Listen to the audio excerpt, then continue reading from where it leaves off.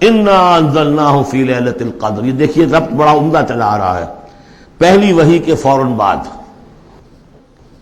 ہم نے اتارا ہے اس کو لیلۃ القدر میں۔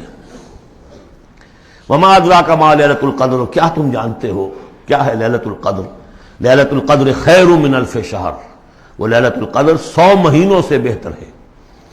تنزل الملائکۃ والروح، وہاں ہم پڑھ چکے ہیں تفصیل سے کہ یہ اینول بجٹ سیشن ہے اللہ تعالیٰ کا اس دنیا کے نظام کے لیے۔ ہر سال میں جو کچھ ہونا ہوتا ہے اس کے فیصلے ہو جاتے ہیں۔ فیہا یفرق کل امر حکیم، اس شب میں سب فیصلے ہو جاتے ہیں، اگلے سال کیا کچھ ہونا ہے، اور وہ فرشتوں کے حوالے کر دیے جاتے ہیں۔ ایشو ہو گئے آرڈر، اب ان کی ہے امپلیمنٹیشن۔ یدبر الامر من السماء الى الارض ثم یعرج الیہ، فرشتے جو ہیں امپلیمنٹ کرتے ہیں ان احکام کو، اور پھر وہ رپورٹیں جو ہے واپس پہنچتی ہیں۔ تو اسی رات میں قرآن مجید کے نزول کا آغاز ہوا۔ تنزل الملائکۃ والروح فیہا باذن ربہم، اس رات میں اترتے ہیں فرشتے بھی، اور الروح روح الامین، روح القدس، وہ کہ چونکہ ان کا ذکر عام طور پہ علیحدہ اس لیے کیا جاتا ہے جو ہم 2 دفعہ پڑھ چکے ہیں۔